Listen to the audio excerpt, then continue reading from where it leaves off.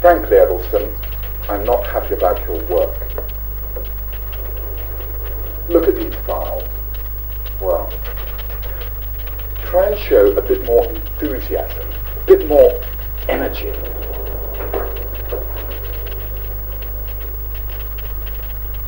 I suppose you can take your holiday, but I want to see a change of attitude when you come back. Thank you, sir. What are you going to do? I shall go birdwatching, sir. It's my hobby. Why don't you take up a more invigorating hobby? I don't know, something like powerboat racing, water polo. Carry on, Edelson.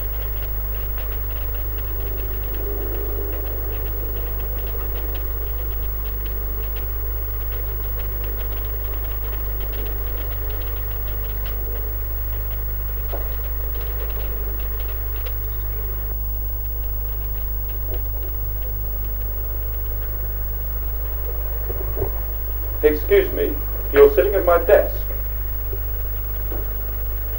So what? You made me puke. Go on, Knox, give him his chair. Don't worry about him, Edelson. Knox, I'm afraid, is not a magnanimous man like you or me. Winning a chair here, a desk there, these things mean everything to him. It was you.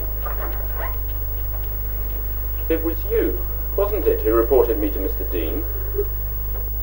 Come on, Edelson, let's try and be mature about this. I merely suggested to my brother-in-law that perhaps there was somebody in the office who wasn't pulling his weight. I mean, look at us. Here is Knox.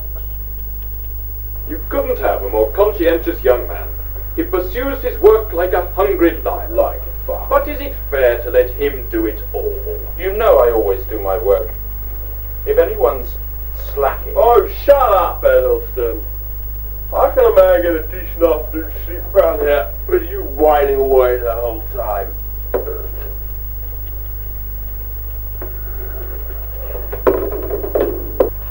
Ignore him. Tell us what you're going to do on your holiday. Christ, call it a holiday? Bloody living in a tent and watching bloody birds? Edelson, I don't understand it. I'd hate to think you were trying to get away from us. After all, what do birds do for you that we don't? Knox, I admit, can be a little uncouth at times, but you and I, Edelson, I thought we understood each other.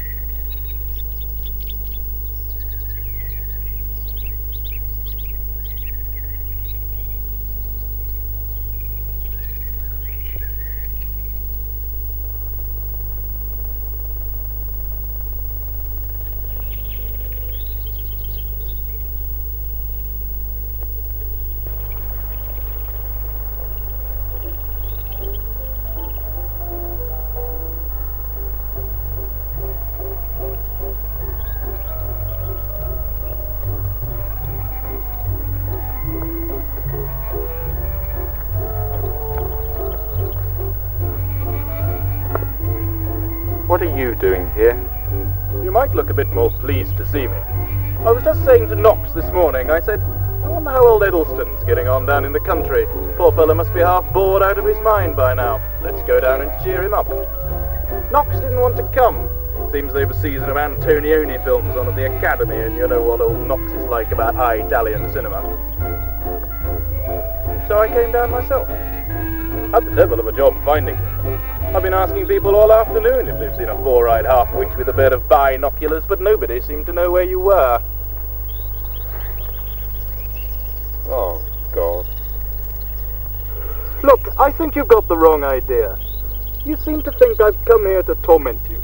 I've simply come to enjoy 2 weeks of peace and quiet with an old friend.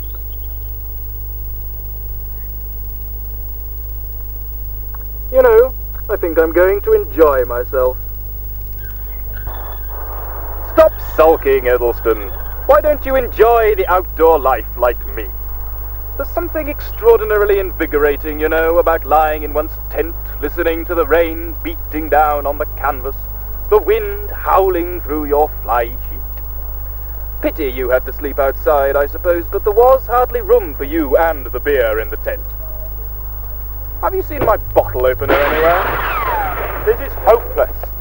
I told you not to bring that gun. You know I can't stand guns. Please put it away. Don't you have any feeling for birds? Feeling? No, thank God. Not what you'd call feeling, anyway. You know, Edelston, I worry about you. Frankly, there's something extremely unhealthy about this hiding away, peering at birds through your binoculars. Don't you ever want to touch them or talk to them? Don't you ever think, oh, hell, what have you done with that bottle opener? Do you suppose your behavior is any healthier? You just can't leave things in peace. You have to go maliciously blundering in. You spoil and contaminate whatever you touch, whoever you touch. What are you doing here anyway? What do you want? Ah! Calm down, Edelston. I can assure you I have absolutely no intention of interfering with your moor hens. In fact, I have no designs on anything other than this very interesting bottle of Guinness. What are you doing now? I think we'd better be going now. Why? I'm beginning to get into the spirit of this.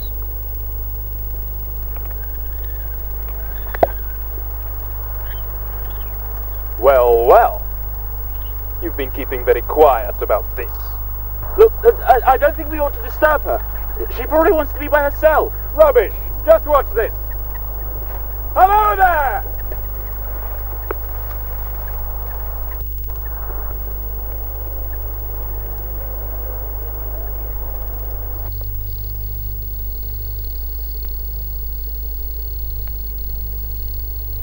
Cheer up, Edelston. With a bit of luck, you'll have the tent all to yourself from tomorrow night.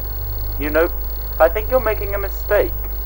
I really don't think she's that sort of girl. That sort of girl? You just stick to your birds, mate. Once I start applying the old Rollo charm, it wouldn't matter if she was a Carmelite nun. I don't know anyway what makes you imagine she's some sort of coy wood spirit. You should have heard what she was saying after her third pint. Thank you, I don't want to hear. Besides, you've told me 3 times already. Tell me, do you think it's possible for someone to deserve something from someone, even if they had no idea that they owed them anything? Or that that person even existed? What the hell are you rambling on about? I mean, do you think it's any worse to destroy a human being than, say, a sick bird? Oh, Edelston, piss off.